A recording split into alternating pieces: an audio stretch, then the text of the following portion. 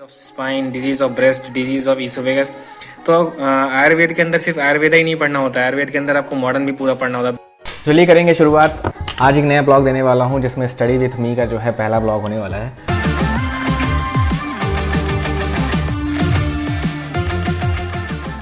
और काफ़ी दिनों से सोच रहा था यार ये ब्लॉग बनाने के लिए, क्योंकि काफ़ी लोग जो हैं वो जानते नहीं हैं कि बीएमएस में कैसे मतलब पढ़ाई होती है, बीएमएस में कैसे लिखना होता है पेपर वगैरह।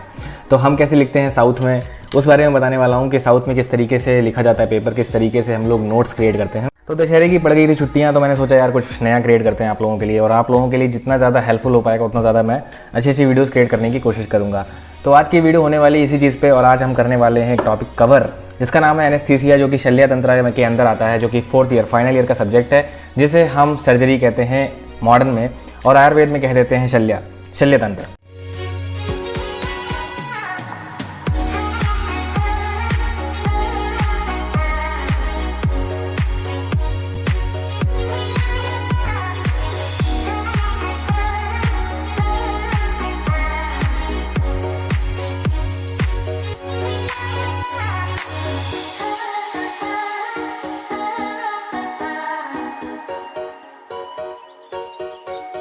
तो यहाँ पे आप देख सकते हैं कि जैसे मैं यहाँ पे लिख रहा हूँ डेफिनेशन, और फिर लिख रहा हूँ आयुर्वेदा टर्म्स, यानी कि जो साउथ में होता है उसमें हम लोग इस तरीके से पेपर लिखते हैं। पहले हम लोग इंग्लिश में डेफिनेशन देते हैं, और उसके बाद कुछ अगर आयुर्वेदा टर्म्स हमको इस्तेमाल करने होते हैं तो हम लोग आयुर्वेदा टर्म्स इस्तेमाल करते हैं, और इंग्लिश प्लस हिंदी सेंटेंस हम क्रिएट करते हैं।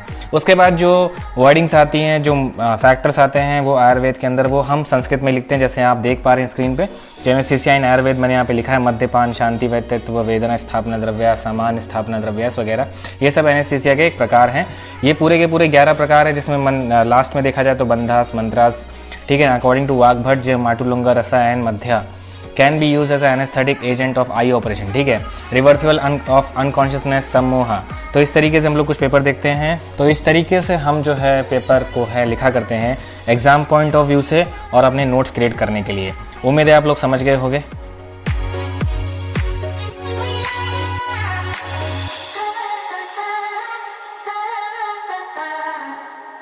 अब चलते हैं कुछ नए तरीकों की तरफ, और यहाँ से आप काफ़ी सारी स्लाइड्स निकाल सकते हैं। स्क्रीन पे आप देख रहे होंगे कि स्लाइड शेयर के थ्रू आप काफ़ी सारी पीपीटीज देख सकते हैं संज्ञाहरण को लेकर के और एनेस्थीसिया को लेकर के, जो कि आयुर्वेदा प्लस मॉडर्न आपको यहाँ पे मिल जाएगा।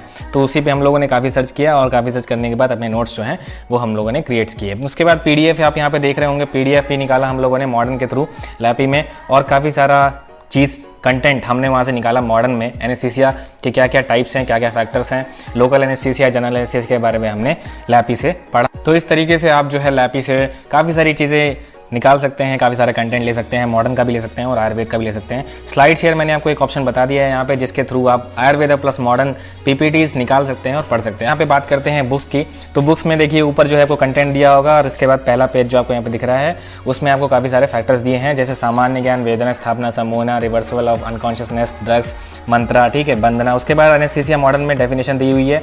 उसके बाद देख लीजिए एनाल्जेसिक, उसके बाद एकिनेसिया, उसका टाइप्स ऑफ एनेस्थीसिया में local anaesthesia, regional anaesthesia, general और डिसोसिएटिव एनेस्थीसिया यहाँ पे दिया हुआ है। लोकल एनेस्थीसिया के बारे में आपको यहाँ पे बताया गया है, एडवांटेजेस और डिसएडवांटेजेस क्या क्या हैं। रूट्स ऑफ लोकल एनेस्थीसिया के बारे में आपको यहाँ पे बताया गया है। नेक्स्ट आगे बढ़ते हैं और देख लेते हैं इंडिकेशंस। तो indications, Contra indications, drug use, complication, types of local anaesthesia कैसे कैसे होते हैं वो यहाँ पे बताया गया है। सर्फेस एनेस्थीसिया के बारे में यहाँ पे कुछ जानकारी दी गई है। नेक्स्ट आगे देखेंगे तो यहाँ पे आपको ब्रेकियल ब्लॉक, और यहाँ पे डिजिटल ब्लॉक आपको यहाँ पे देखने को मिल जाएगा, फील्ड ब्लॉक भी देखने को मिल जाएगा। यहाँ पे आप बात करेंगे तो ड्रग्स यूज इन ऐसे प्री ऑपरेटिव मटेरियल्स रिक्वायर्ड वगैरह। उसके बाद आगे बढ़ेंगे तो टेक्निक के बारे में आप यहाँ पे जान सकते हैं, इमीडिएट और लेट के बारे में भी आप यहाँ पे देख सकते हैं, ठीक है। तो ये कुछ चीज़ें थी। उसके बाद नेक्स्ट में इंट्रावेनियस और कॉकटेल यहाँ पे आपको दिख रहा होगा, ठीक है, ये इंपॉर्टेंट है। उसके बाद इनहेलेशन, उसके बाद रैपिड एक्टिंग और स्लोअर एक्टिंग के बारे में आप यहाँ जान सकते हैं, प्री मेडिकेशन वगैरह, ठीक है। तो ये कुछ इंपॉर्टेंट फैक्टर्स हैं मॉडर्न में जो कि बहुत यूज़फुल हैं। आप यहाँ से कंटेंट ले सकते हैं और अपने नोट्स क्रिएट कर सकते हैं, ठीक है। Light anaesthesia, surgical anaesthesia, deep anaesthesia, profound anaesthesia वगैरह वगैरह, स्टेजेस ऑफ रेस्पिरेटरी कोलैप्स क्या क्या है वो यहाँ पे कुछ बताया गया है। आगे बढ़ते हैं मॉनिटरिंग, ड्रग एनेस्थीसिया के बारे में आपको यहाँ पे बताया गया है, airway management, positioning of the tongue and jaw, complication of general anaesthesia, mode of action of general anaesthesia वगैरह, ठीक है, मेटामाइन, हेलोथेन, ठीक है, ये सब आपको यहाँ पे बताया गया है। आगे यहाँ पे लास्ट में frequently asked question in university exam जो पूछे गए वो भी इस बुक में दिया गया है। सिलेबस और इसमें आप देख सकते हैं डेफिनेशन ऑफ शल्य, शल्य तंत्र, इंपॉर्टेंस, इंट्रोडक्शन ऑफ शल्य तंत्र। आपको मॉडर्न भी पढ़ना है। देखिए, commonly use surgical instrument, knowledge of the textual description and the knowledge about currently use surgical instruments. यहाँ पे लिखा हुआ है, ठीक है ना। Basic knowledge of the drugs and the instrument of anaesthesia, ठीक है ना। उसका त्रिविधा कर्मा यानी कि पूर्व कर्मा, प्रधान कर्मा और पश्चात कर्मा आयुर्वेद के अंदर होता है। मतलब आप कोई भी चीज़ करते हैं या कोई भी ट्रीटमेंट देते हैं तो उसमें 3 चीज़ें होती हैं, पूर्व कर्मा होता है, प्रधान कर्मा होता है और पश्चात कर्मा होता है। ऐसे ही यहाँ पे जो सर्जिकल यानी कि शल्य तंत्र में जो शस्त्र यूज करते हैं वो होता है अष्टविधा शस्त्र कर्मा, यानी कि 8 टाइप्स ऑफ शस्त्र यूज करते हैं सर्जिकल प्रोसीजर में। वो जो सुश्रुत जी ने बताया था वो यहाँ पे पढ़ना होता है आपको लास्ट ईयर में, ठीक है ना। उसके बाद आगे भी है, आगे देख लेते हैं। आगे जो आपको मिलने वाला योग्य, ठीक है ना। उसके बाद मर्मा मिलने वाला है, शार कर्मा मिलने वाला है, अग्निकर्मा मिलने वाला है, रक्त मोक्षण मिलने वाला है, बंधना विधि मिलने वाला है, एसिड बेस्ड न्यूट्रिशन मिलने वाला है। उसके बाद रक्त महत्व और रक्त स्राव मिलने वाला है, antibiotics, analgesic, anti inflammatory and emergency drugs in the surgical practice मिलने वाला है।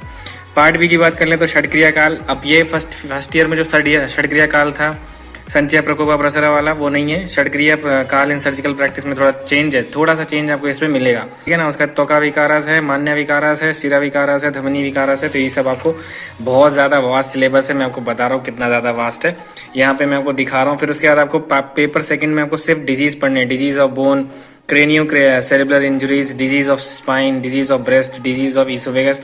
तो आयुर्वेद के अंदर सिर्फ आयुर्वेद ही नहीं पढ़ना होता है, आयुर्वेद के अंदर आपको मॉडर्न भी पूरा पढ़ना होता है। देखिए, पेपर सेकंड जो है वो पूरा का पूरा मॉडर्न है। Disease of stomach and duodenum, disease of small intestine, disease of large intestine, disease of rectum and anal canal, abdominal injuries के बारे में पढ़ना है, ठीक है ना। उसके बाद उदरा रोगा, शूला व्याधि, गुल्मा रोगास वगैरह आपको यहाँ पे पढ़ने मिलने वाले हैं। तो ये चीज़ मैं आपको यहाँ पे बताने वाला था। तो ये कुछ सिलेबस पॉइंट ऑफ व्यू से था कि सिलेबस जो होता है वो दिया जाता है तो सिलेबस के अकॉर्डिंग ही आपको पढ़ना चाहिए और सिलेबस के अकॉर्डिंग ही आपको पेपर में एक तरीके से स्ट्रैटेजी प्लान करनी चाहिए, ठीक है। तो आज जो हमने पढ़ा वो दोनों ही तरीके से इंपॉर्टेंट है। एनेस्थीसिया जो है मॉडर्न में भी हमको पढ़ना है और आयुर्वेद में भी हमको पढ़ना है।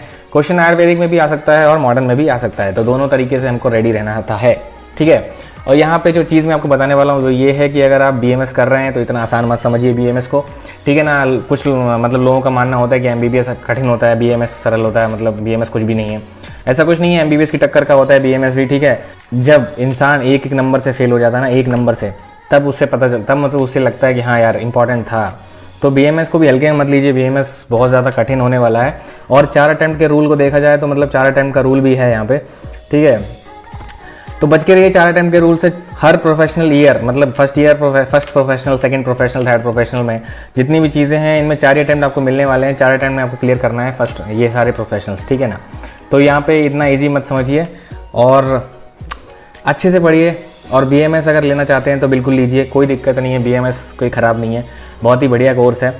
यहाँ पे डिसाइड ये करेगा कि आप कितने अच्छे डॉक्टर बनोगे, वो भी आपका कोर्स डिसाइड नहीं करता है, आप डिसाइड करते हो कि आप कितने अच्छे डॉक्टर बनने वाले हो। तो वही एक मेन इंपॉर्टेंट चीज़ आती है आपके जीवन में, ठीक है।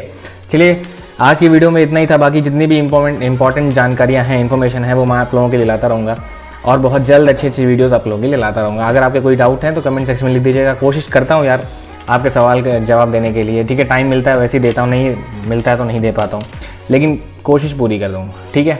तो चलिए मिलेंगे नेक्स्ट वीडियो में, तब तक के लिए रखिए ख्याल और जुड़े रहिए मेडिकल ब्लॉग्स के साथ।